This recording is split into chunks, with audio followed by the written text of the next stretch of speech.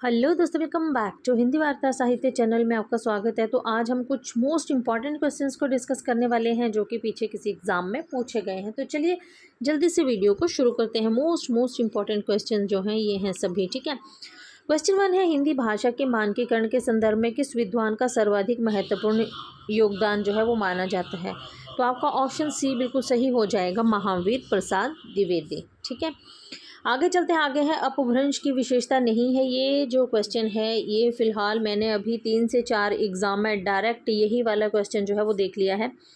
आपका पीजीटी में ये पूछा गया था, आपका सेट में ये क्वेश्चन डायरेक्ट पूछा गया था, आपके नेट में ये क्वेश्चन डायरेक्ट पूछा गया था, सेट में ये 3 बार क्वेश्चन जो है वो पूछा गया है, ठीक है।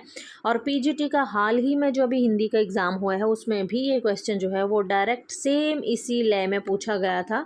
तो ये वेरी वेरी वेरी इंपॉर्टेंट इस क्वेश्चन को हम बोल सकते हैं, क्योंकि यहाँ पर जब एग्ज़ाम आते हैं तो वहाँ पर आपका 1 नंबर भी बहुत मायने रखता है, ठीक है। तो चलिए देखते हैं क्वेश्चन क्या है। क्वेश्चन है हमारे पास कि अपभ्रंश की विशेषता नहीं है। अपभ्रंश की विशेषता क्या नहीं है? तो आपका ऑप्शन सी बिल्कुल सही हो जाएगा, तत्समीकरण, ठीक है। तत्समीकरण, इसका जो सही ऑप्शन होगा वो ऑप्शन सी जो है वो तत्समीकरण जो है ये बिल्कुल सही हो जाएगा, ठीक है।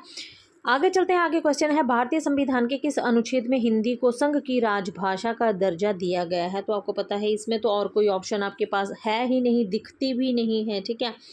356 नहीं है, 371 नहीं है, 341 नहीं है, तो ऑप्शन बी बिल्कुल सही हो जाएगा, 343, ठीक है। इसमें संघ की राजभाषा जो है वो हिंदी होगी, है ना।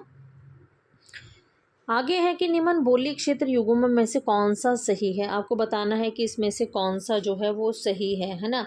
तो आप ऑप्शंस देख लीजिए, ब्रज, मथुरा, भरतपुर, रामपुर और एंटा, बुंदेली, झांसी, जालौन, दतिया और ग्वालियर, कमाऊनी, नैनीताल, अल्मोड़ा, चमोली और पिथौरा। तो यहाँ चमोली का तो कोई है ही नहीं। अबदी, लखनऊ, जौनपुर, बलिया, बाराबंकी, है ना।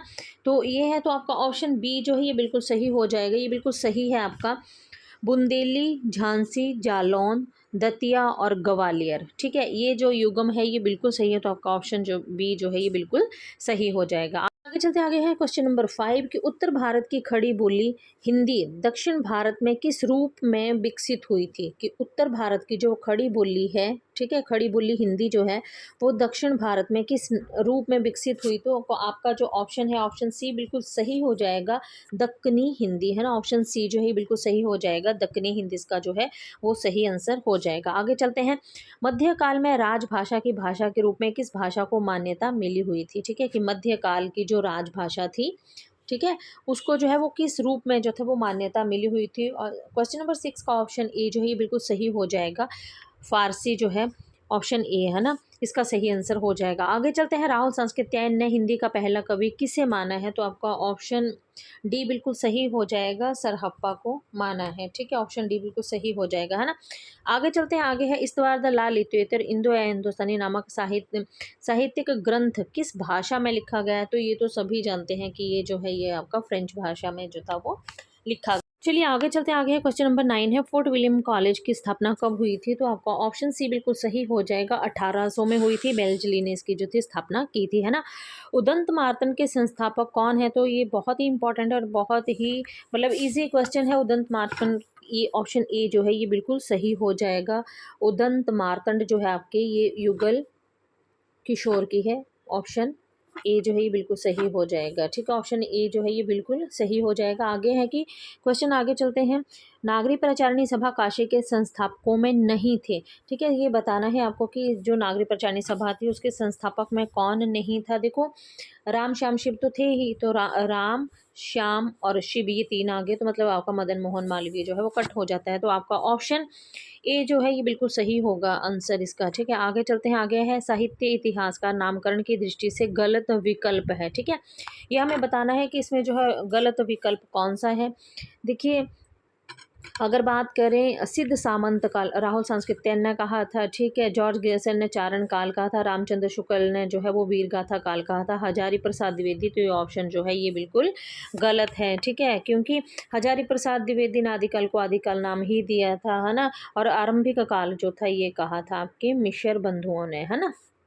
तो इसलिए इसका जो ऑप्शन डी है ये बिल्कुल सही हो जाएगा। आगे चलते हैं, कीर्तिलता किसकी रचना है, तो ये तो बहुत इजी क्वेश्चन है कि विद्यापति की, ऑप्शन सी बिल्कुल सही हो जाएगा। पंडित दामोदर शर्मा की रचना है, पंडित दामोदर शर्मा की रचना जो है वो आपको बतानी है, ये भी बहुत ईजी है, ऑप्शन बी बिल्कुल सही हो जाएगा। उक्ति व्यक्ति प्रकरण, ऑप्शन बी बिल्कुल सही हो जाएगा, है ना।